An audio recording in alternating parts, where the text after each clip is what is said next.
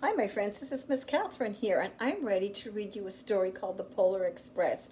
You might have read this before, but this is one of my favorite storybooks, and I wanted a chance to read it to you too.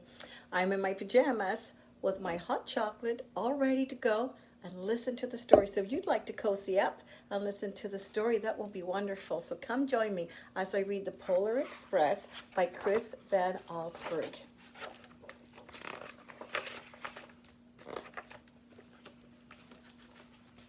On Christmas Eve, many years ago, I lay quietly in my bed. I did not rustle the sheets. I breathed slowly and silently. I was listening for a sound a friend had told me I'd never hear, the ringing bells of Santa's sleigh. There is no Santa, my friend had insisted, but I knew he was wrong. Late that night I did hear sounds, though not of ringing bells. From outside came the sound of hissing steam and squeaking metal. I looked through my window and saw a train standing perfectly still in front of my house.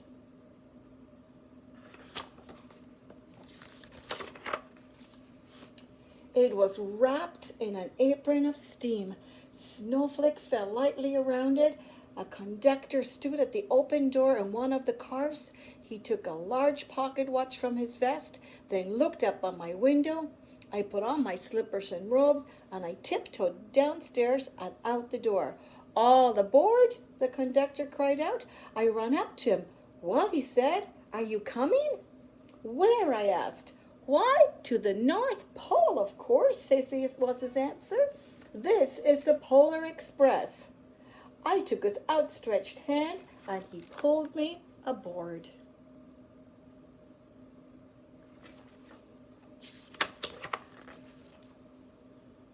The train was filled with other children in their pajamas and their nightgowns. We sang Christmas carols and ate candies and nugget centers as white as snow. We drank hot cocoa as thick and rich as melted chocolate bars. Outside, the lights of town and villages flickered in the distance as the Polar Express raced northward.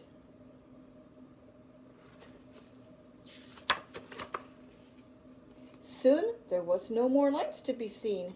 We traveled through cold, dark forests where lean wolves roamed and white-tailed rabbits had their first train and a thundering through the quiet wilderness.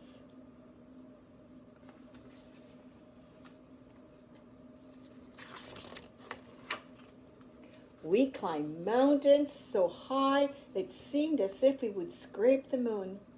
But the Polar Express never slowed down. Faster and faster we ran along, rolling over peaks and through valleys like a car on a roller coaster.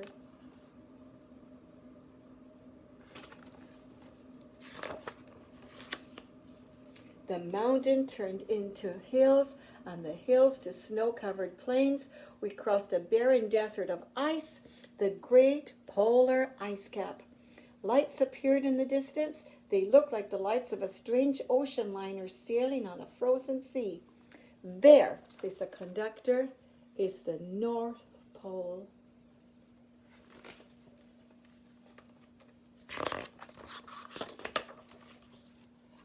The North Pole. It was a huge city standing alone at the top of the world, filled with factories where every Christmas toy was made. At first, we saw no elves. They are gathering at the center of the cities, the conductor told us. That's where Santa will give the first gift of Christmas. Who receives the first gift? We all asked. The conductor answered, he will choose one of you.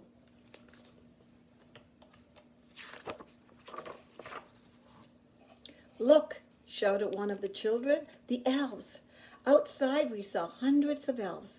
Then the train drew closer to the center of the North Pole. We slowed to a crawl. So crowded were the streets with Santa's helpers. When the Polar Express could go no further, we stopped and the conductor led us outside.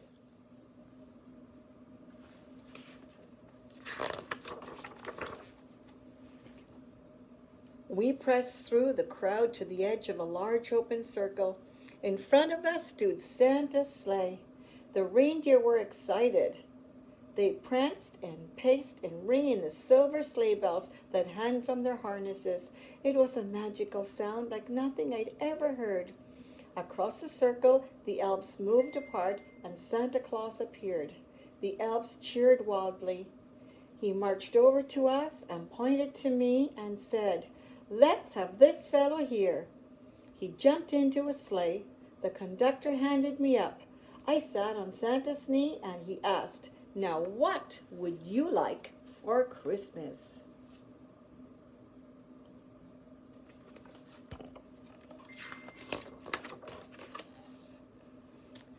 I knew that I could have any gift I could imagine, but the thing I wanted most for Christmas was not inside Santa's great sack.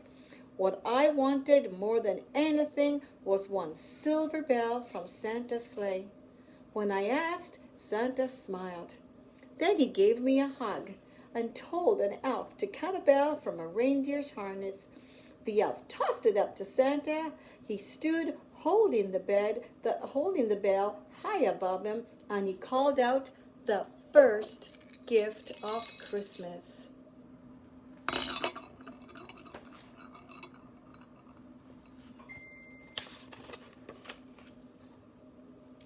A clock struck midnight as the elves roared and approved their approval. Santa handed the bell to me, and I put it in my bathrobe pocket. The conductor helped me down from the sleigh. Santa shouted out the reindeer's name and cracked his whip. His team charged forward and climbed into the air. Santa circled above us, then disappeared into the cold, dark, polar sky.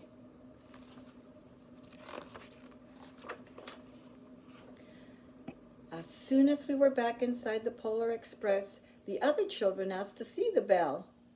I reached into my pocket, but the only thing I felt was a hole.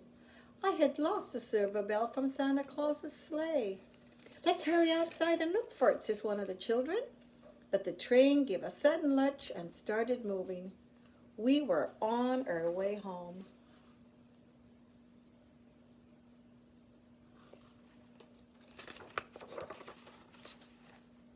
It broke my heart to lose the bell. When the train reached my house, I sadly left the other children. I stood at my doorway and waved goodbye. The conductor said something from the moving train, but I couldn't hear him. What, I yelled out. He cupped his hand around his mouth. "Merry Christmas," he shouted. The Polar Express let out a loud blast from its whistle and sped away.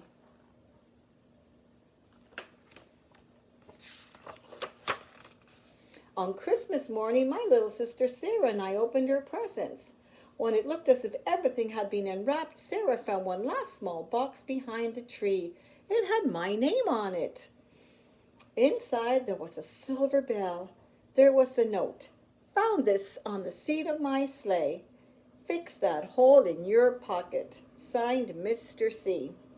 I shook the bell. It made the most beautiful sound my sister and I had ever heard. But my mother said, "Oh, that's too bad." "Yes," says my father, "it's broken." When I'd shaken the bell, my parents had not heard the sound. At one time, most of my friends could hear the bell, but as years passed, it fell silent for all of them. Even Sarah found one Christmas that she could no longer hear its sweet sound. Though I've grown old, the bell still rings for me, as it does for all those who truly believe. Can you hear my bell ringing, my friends? The bell still rings for all those who truly believe. Thank you for listening to the story. I hope you had fun doing that. Thank you from Miss Catherine. See you soon.